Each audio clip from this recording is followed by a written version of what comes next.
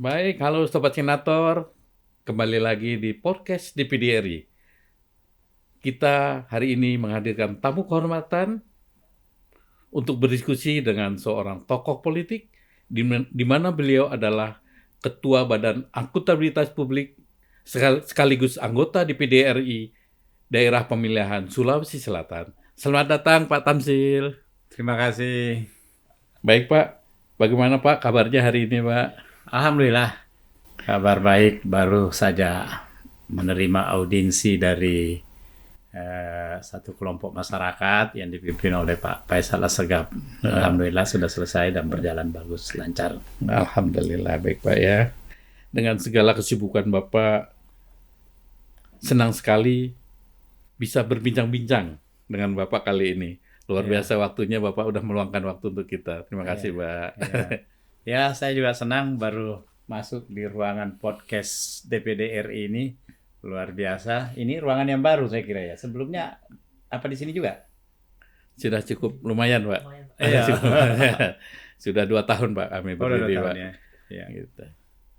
Ya selanjutnya Pak, sebagai Ketua BAP dan anggota DPD RI, Ya. hasil pengawasan Bapak di daerah dan diskusi dengan berbagai stakeholder terkait dengan pemilihan umum tahun 2024, apakah ada hal-hal yang menjadi sorotan Bapak?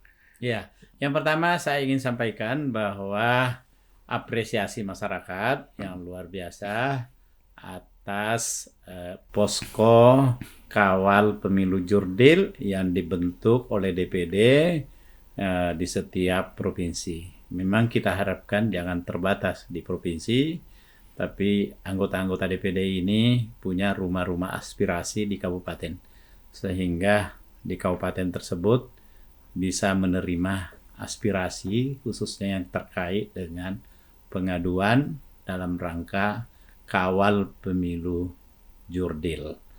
Karena saya kira kita semua berkepentingan pemilu ini berjalan dengan lancar dan jurdil.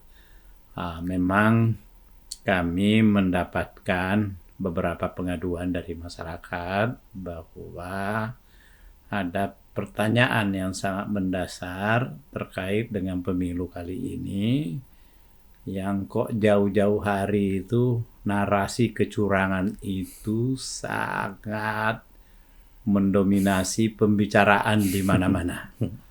Dan di harian Kompas beberapa hari yang lalu headline bahwa kepala-kepala desa ini diinstruksikan untuk melakukan serangan pajar yang menguntungkan paslon tertentu. Konon paslon di mana presiden berada di situ.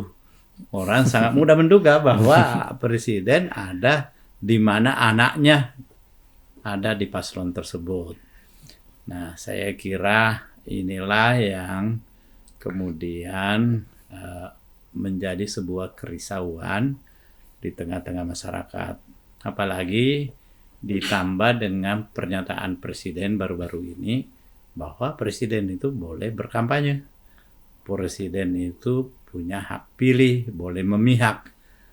Nah, saya kira secara etik pernyataan yang demikian ini banyak dipersoalkan, karena kalau presiden dan kemudian menyampaikan bahwa pejabat-pejabat negara, ASN itu boleh berkampanye dan memihak, saya khawatir nanti di daerah akan terjadi konflik-konflik horizontal di mana masing-masing ASN, apalagi kalau TNI, Polri juga ikut mengambil sikap-sikap yang sama dengan presiden, karena presiden kalau punya sikap seperti itu artinya bisa menginstruksikan kepada Kapolri, Wakapolri, Kapolda, begitu pula Panglima TNI, Pangdam. Wah, ini tentu sangat mengancam kehidupan demokrasi yang sehat. Nah, saya kira DPD yang hadir di tengah-tengah masyarakat untuk melakukan pengawasan ini perlu mempertanyakan tentang sikap presiden yang demikian ini. Nah, salah satu yang kami terima hari ini di BAP untuk audiensi adalah poros Indonesia yang memberikan perhatian dan mengkritisi juga sikap presiden yang demikian.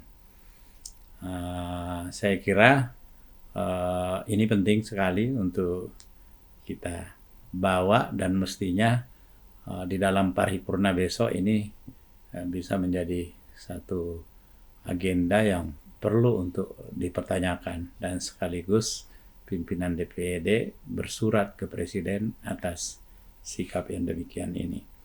Ya, ini di daerah banyak yang merisaukan tentang hal ini. Apalagi apa yang dimuat di Kompas itu tidak ada klarifikasi dari pihak pemerintah bahwa misalnya itu tidak benar kepala desa diinstruksikan seperti itu. Ini mestinya langsung diklarifikasi untuk memberi rasa aman kepada masyarakat bahwa tidak akan ada intimidasi dalam pesta demokrasi yang akan dilakukan pada 14 Oktober yang akan datang. 14 Februari Pak. 14 Februari yang akan datang, betul. Ya. Baik Pak, selanjutnya menurut Bapak langkah-langkah konstitusi apa yang sebaiknya dilakukan oleh DPD? Silakan Pak. Iya, DPD tentu sudah bagus sekarang ini membentuk poros pengawasan pemilu.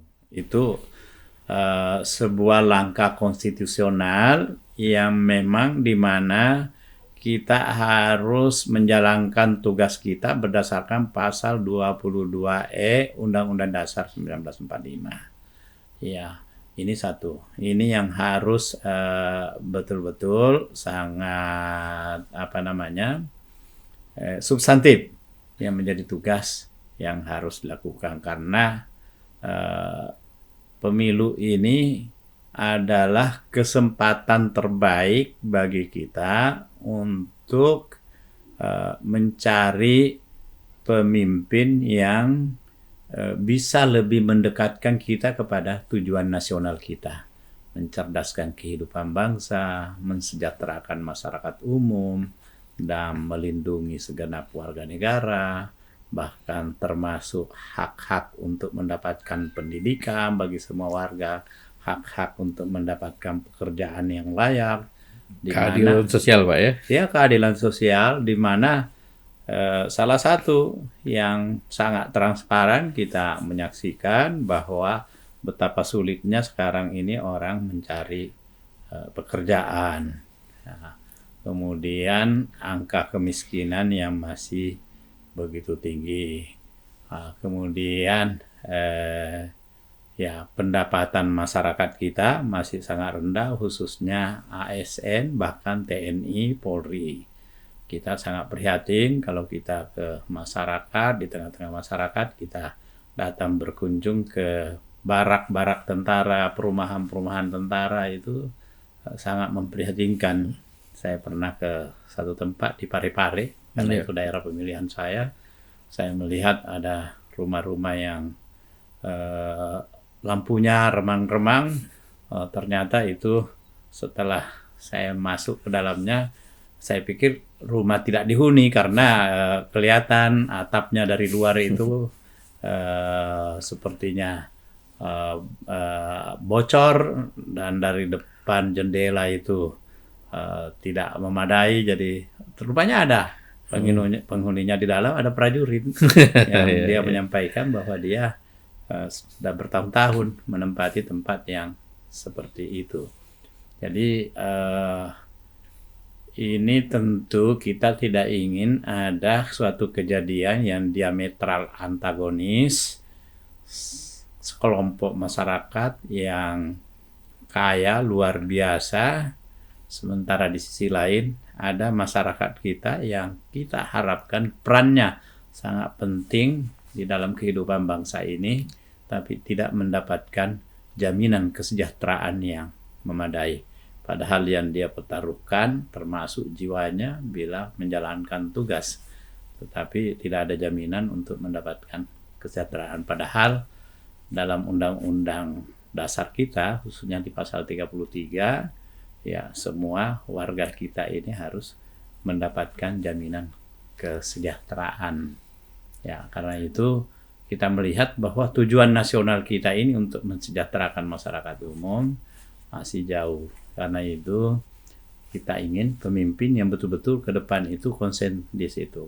Yang kedua, kita juga ingin seorang pemimpin yang membanggakan di dunia internasional.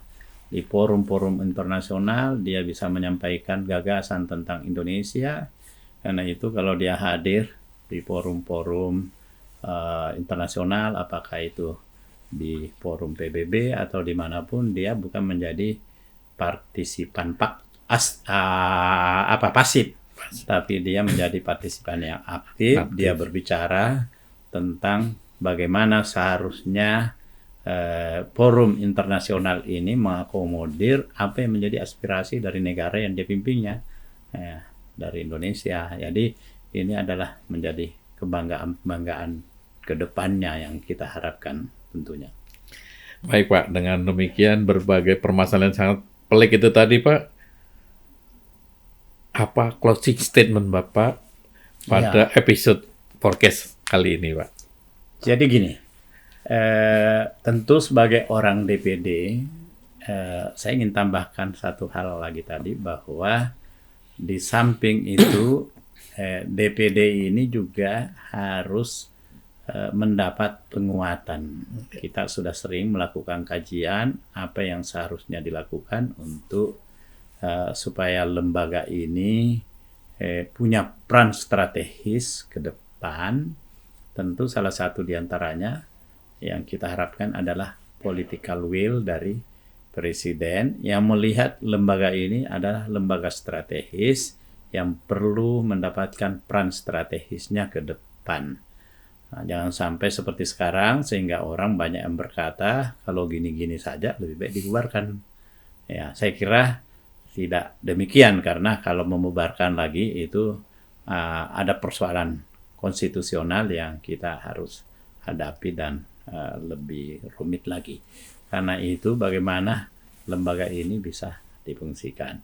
Salah satu diantaranya Presiden perlu mendapatkan penguatan posisi strategisnya bukan hanya dari perwakilan-perwakilan dari partai, tapi dari non-partai. Dan itu ada di DPD. Saya kira kalau ini dilakukan, ini bisa posisi Presiden bisa mempertimbangkan bukan hanya masukan dari legislatif DPR RI, yaitu lembaga politik, tapi dari orang-orang yang duduk di parlemen ini dari unsur perorangan itu juga bisa dipertimbangkan. Karena itu membicarakan tentang daerah, Presiden yang akan datang harus betul-betul mempertimbangkan apa yang menjadi masukan Dewan Perwakilan Daerah. Ya, kita tahu bahwa dana transfer ke daerah itu hampir 1.000 triliun. Mungkin dari 1.000 triliun itu ada anggaran yang basisnya sangat kuat terkait dengan persoalan daerah. Itu saya kira penting sekali Presiden yang akan datang itu untuk mengajak DPD untuk membicarakannya terkait dengan anggaran tersebut. Ya. Satu meja dengan DPD Pak ya? Satu meja dengan DPD. Itu yang sangat penting. Karena itu DPD yang akan datang juga harus lebih kuat menunjukkan gagasan-gagasan politiknya dan kepemimpinan harus ditawarkan sebagai kepemimpinan yang kuat yang bisa memberikan masukan kepada Presiden untuk Indonesia yang lebih baik dengan aspirasi daerah yang lebih konkret. Baik, wah luar biasa sekali informasi yang sudah diberikan atas penjelasan diskusi tadi. Semoga menjadi manfaat bagi bangsa Indonesia, Pak. Baik, Sobat Senator, sekian podcast kali ini. Salam dari daerah untuk Indonesia. Terima kasih. Terima kasih, Pak. Ya, Assalamualaikum warahmatullahi wabarakatuh. Waalaikumsalam warahmatullahi wabarakatuh.